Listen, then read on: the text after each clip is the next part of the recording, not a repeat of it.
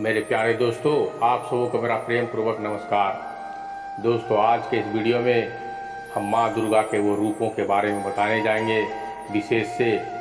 तो हमें उम्मीद है कि इस वीडियो को आप ध्यानपूर्वक सुनें और अपने जीवन में इससे कुछ सीख लें। तो चलिए शुरू करते हैं। या देवी सर्वभूतेषु मात्र रूपेण संस्थिता नमस्तस्यै नमस्तस्यै नमस्तस्यै नमो नमः। हिंदू धर्म में माता रानी को देवियों में सर्वोच्च स्थान है। उन्हें अम्बे, जगदम्बे, शेरावाली, पहाड़ावाली आदि नामों से पुकारा जाता है। संपूर्ण भारत भूमि पर उनके सैकड़ों मंदिर हैं। ज्योतिर्लिंग से ज़्यादा शक्तिपीठ है। सरस्वती, लक्ष्मी और पार्वती ये त्रिदेव की पत्नियां हैं। इनकी कथा के बारे में पुराणों में भिन्न भिन्न जानकारियाँ मिलती है। पुराणों में देवी पुराण देवी में देवी के रहस्य के बारे में खुलासा होता है। आखिर उन अम्बा, जगदम्बा, सर्वेश्वरी आदि के बारे में क्या रहस्य है, ये जानना भी हमें बहुत जरूरी है। माता रानी के बारे में संपूर्ण जानकारी रखने वाले ही उनका सच्चा भक्त होता है। हालांकि यह भी सच है कि यहाँ इस वीडियो में उनके बारे में संपूर्ण जानकारी नहीं दी जा सकती, लेकिन हम इतना तो बता सकते हैं कि आपको क्या क्या जानना जरूरी है। सबसे पहले है माता रानी कौन है। अंबिका सबसे पहले व्याता है। शिव पुराण के अनुसार उस अविनाशी परम ब्रह्म ने कुछ काल के बाद द्वितीय की इच्छा प्रकट की। उसके भीतर एक से अनेक होने का संकल्प उदित हुआ। तब उस निराकार परमात्मा ने अपनी लीला शक्ति के आकार की कल्पना की, जो मूर्ति रहित परम ब्रह्म है। परम ब्रह्म अर्थात एकाक्षर ब्रह्म, परम आहार ब्रह्म, वह परम ब्रह्म भगवान सदाशिव है।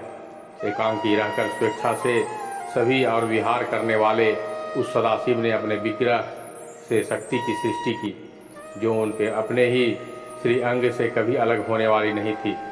सदाशिव की उस पराशक्ति को प्रधान प्रकृति, गुणवती माया, वृद्धि तत्व की जननी तथा विकार रहित बताया गया है। वह शक्ति अंबिका, उसको प्रकृति सर्वेश्वरी, त्रिदेव जननी और महेश की माता, नित्या और मूल कारण भी कहते हैं। सदाशिव द्वारा प्रकट की गई उस शक्ति की 8 भुजाएं हैं। पराशक्ति जगत जननी वह देवी नाना प्रकार की गतियों से संपन्न है और अनेक प्रकार के अस्त्र शक्ति धारण करती है। एकांकनी होने पर भी वह माया शक्ति संजोगवशात अनेक हो जाती है। उस काल स्वरूप सदाशिव की अर्धांगिनी है यह शक्ति, जिसे जगदम्बा भी कहते हैं। 2 में है देवी दुर्गा। हिरण्याक्ष के वंश से उत्पन्न एक महाशक्ति दैत्य हुआ, जो रुरु का पुत्र था, जिसका नाम दुर्गमासुर था। दुर्गमासुर से सभी देवता त्रस्त हो चुके थे। उसने इंद्र की नगरी अमरावती को घेर लिया था। देवता शक्ति से हीन हो गए थे। फलस्वरूप उन्होंने स्वर्ग से भाग जाना ही श्रेष्ठ समझा। भागकर वे पर्वतों की कंदराओं में, गुफाओं में जाकर छिप गए और सहायता हेतु आदि शक्ति अंबिका की आराधना करने लगे। देवी ने प्रकट होकर देवताओं को निर्भीक हो जाने का आशीर्वाद दिया।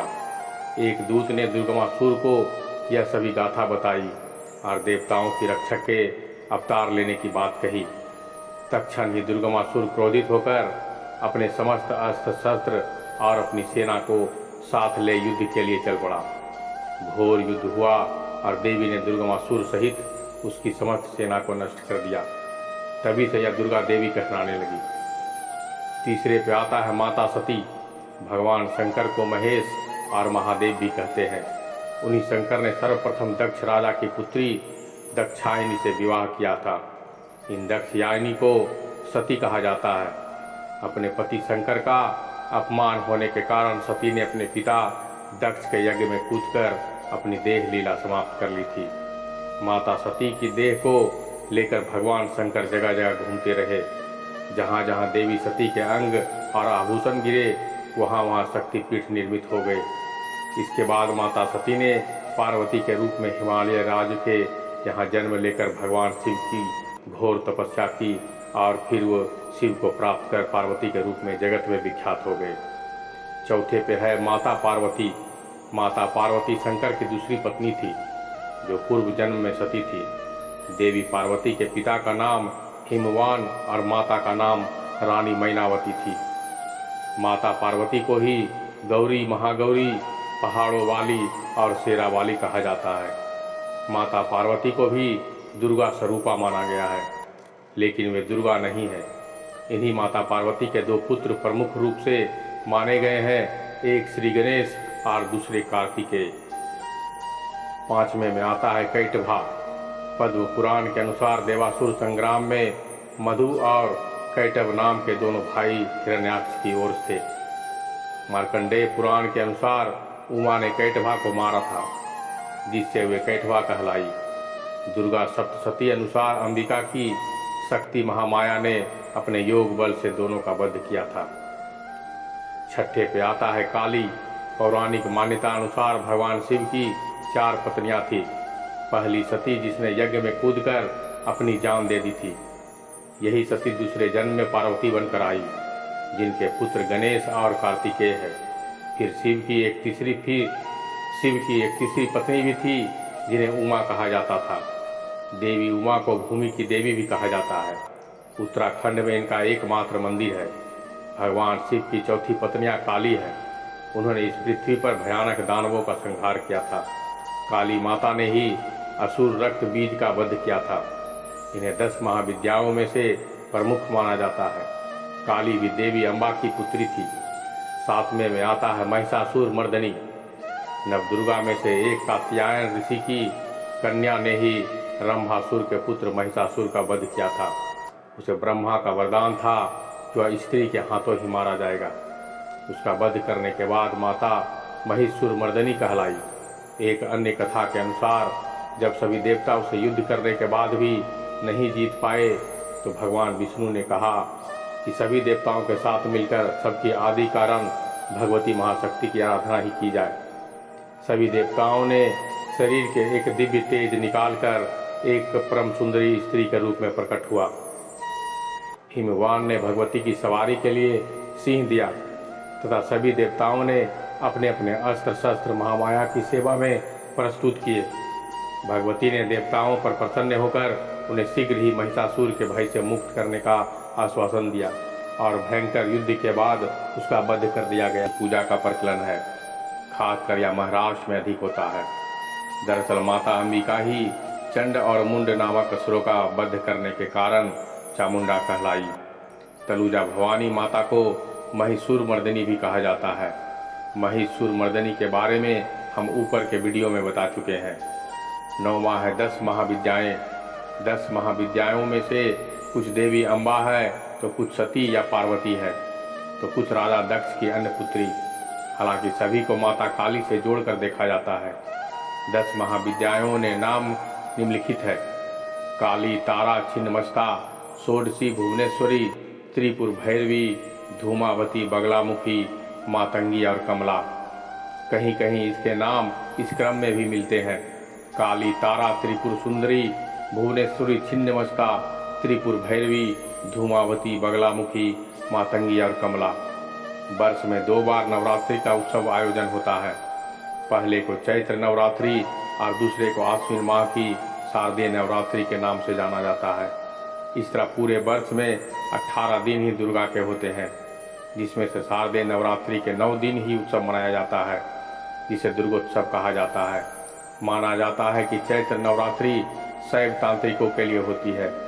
इसके अंतर्गत तांत्रिक अनुष्ठान और कठिन साधनाएं की जाती है, तथा दूसरी शारदीय नवरात्रि सात्विक लोगों के लिए होती है, जो सिर्फ माँ की भक्ति और उत्सव हेतु है। नवरात्रि में पूरे 9 दिन के लिए शराब, मांस और सहवास के साथ ही अन्न का त्याग कर दिया जाता है। उक्त 9 दिनों में यदि कोई व्यक्ति किसी भी तरह में माता को जाने अनजाने अपमान करता है, तो उसे कड़ी सजा भुगतना होता है। कई लोगों को गरबा उत्सव के नाम पर डिस्को और फिल्मी गीतों पर नाचते देखा गया है। यह माता का घोर अपमान ही है। नवदुर्गा के ये है रहस्य। ये नवदुर्गा शैलपुत्री, ब्रह्मचारिणी, चंद्रघंटा, कुष्मांडा, स्कंद माता, कात्यायनी, कालरात्रि, महागौरी और सिद्धिदात्री। पर्वतराज हिमालय की पुत्री होने के कारण पार्वती माता को शैलपुत्री भी कहा जाता है।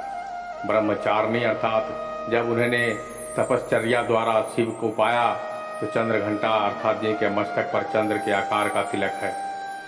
ब्रह्मांड को उत्पन्न करने की शक्ति प्राप्त करने के बाद उन्हें कुष्मांडा कहा जाने लगा। उधर से अंड तक के वे अपने भीतर ब्रह्मांड को समेटे हुए हैं, इसलिए कुष्मांडा कहलाती है। कुछ लोगों के अनुसार कुष्मांडा नाम के एक समाज द्वारा पूजित होने के कारण कुष्मांडा कहलाई। पार्वती के पुत्र कार्तिकेय का नाम स्कंद भी है, इसलिए वे स्कंद की माता कहलाती है। महर्षि कात्यायन की तपस्या से प्रसन्न होकर उन्होंने उनके यहाँ पुत्री रूप में जन्म लिया था, इसलिए वे कात्यायनी भी कहलाती है। उल्लेखनीय है कि जिस तरह विष्णु के अवतार होते हैं, उसी तरह माता के भी कात्यायन ऋषि की कन्या के ही महिषासुर का वध किया था।